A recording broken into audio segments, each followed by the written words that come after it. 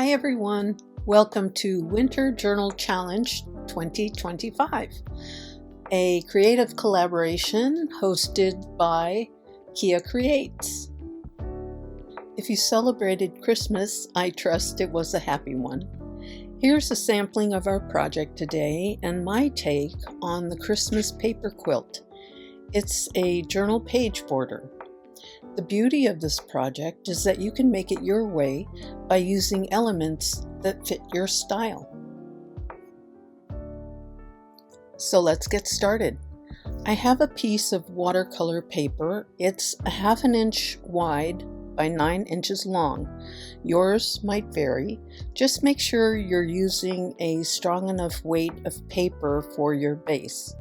You can make it wider again, or at 1/2 inch is a good size to start with. I'm going to use my stapler and candy cups. These are vintage and I've had them for years, but I've never really used them. All you need to do is flatten them out, and candy cups can be found at craft or baking supply shops. I picked these up at Target. I like that they're white because you can paint them, doodle, or even glitter the edges. For this demo, I'm just going to use them as is. I think I used 10 cups total, and again, it may vary for you. After you've pressed them open, stack a few together and cut them in half. You can fold them for a cut line, but I usually wing it.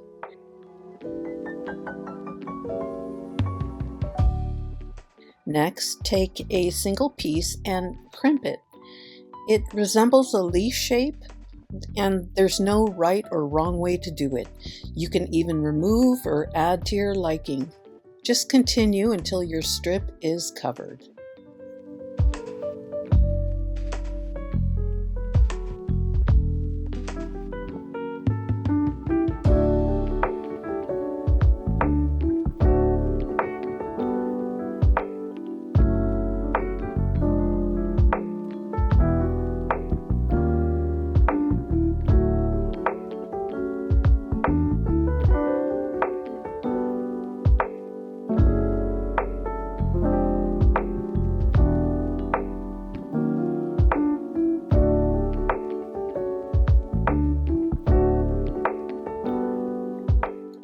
And here it is completed.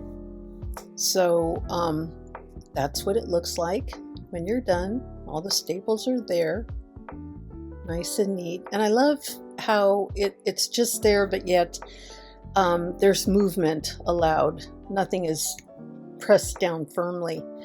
So if you don't have the opportunity to find any of the candy cups, you can make your own. And I would suggest starting with perhaps wrapping paper or even scrapbook paper that is lightweight.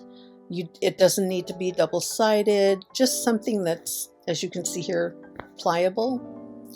And you can either hand cut your circles or you can use a punch. This one's 2.5 inches. It's a little bit bigger than the vintage ones, but it all works. So again, freehand, cut them out. Even use, what are those decorative edged scissors? You could play with that. I mean, it's endless. Possibilities are endless. Just have a lot of fun with it. And later I'll show you an example of using different paper than the candy cups. Obviously, you don't have to use vintage wrapping paper. Here are some examples of other paper designs. I think it would be great to use scraps of the paper your gifts were wrapped in, too.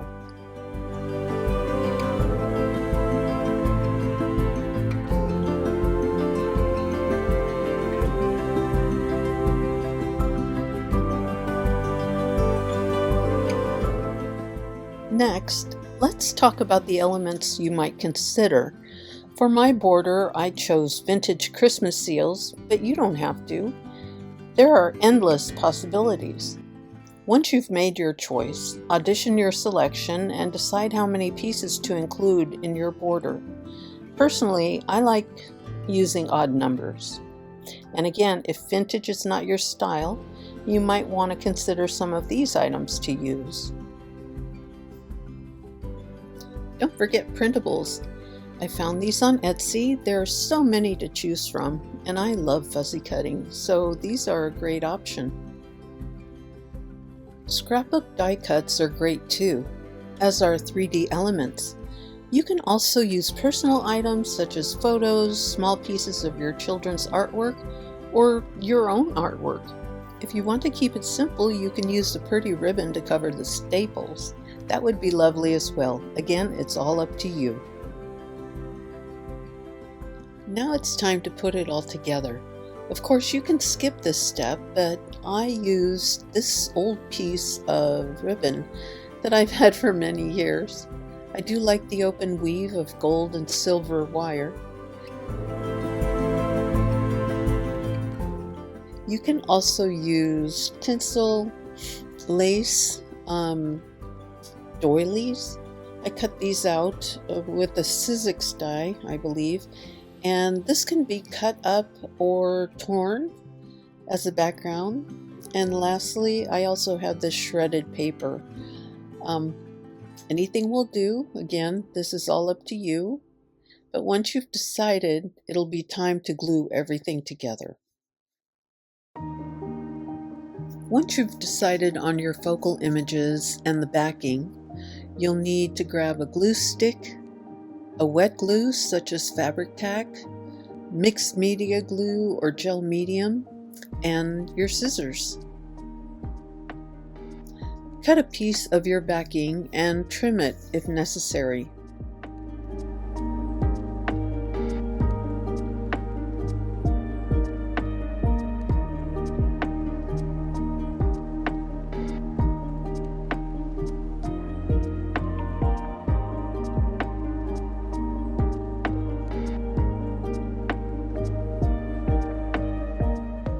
When you're ready, apply a generous amount of the glue stick to the back of your ephemera.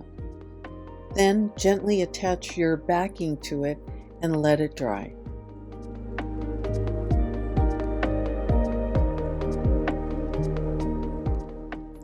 I already have 3 pieces done, so next I'm going to use the fabric tack. But before that, make sure you know the order of your elements before adding the glue. Another important tip when you're working with fabric tack is to make sure you put the cap back on after each use so you don't dry out the glue.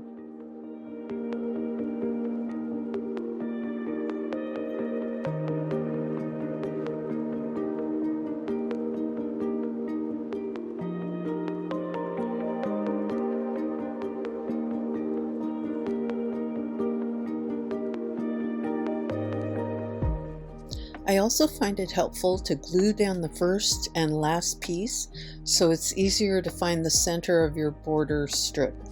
Just make sure there's good adhesion and let it dry completely, and you're all done.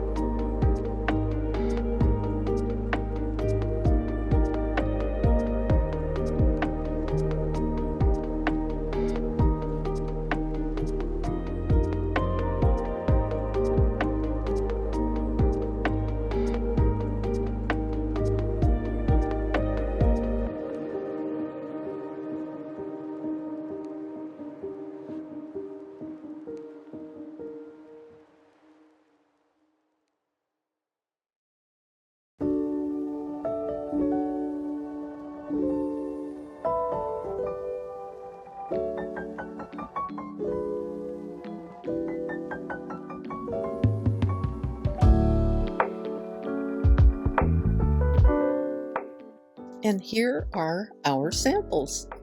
The prototype, the one that we just did together, and this one, which was made using scrapbook die cuts and punched wrapping paper.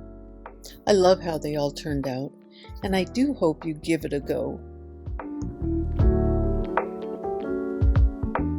This is an old journal. I think I made it in 2019 or thereabouts. But let's find a page in here so I can give you an idea of what the border looks like. Here's a good page. I would use a strong double-sided tape or a thin line of fabric tack to attach this.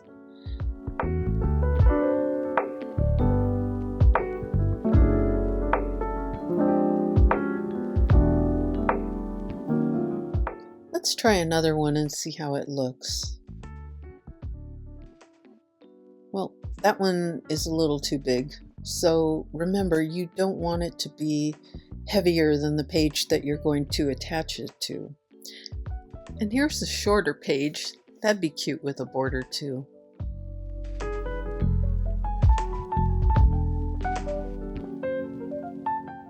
Thanks so much for watching, and please tag me on Instagram if you make one, because I'd really love to see it.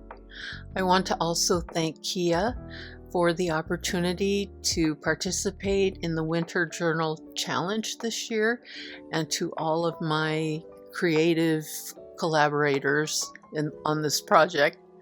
So I want to wish you also a Happy New Year to you and yours, and till next time, take good care. Bye everyone.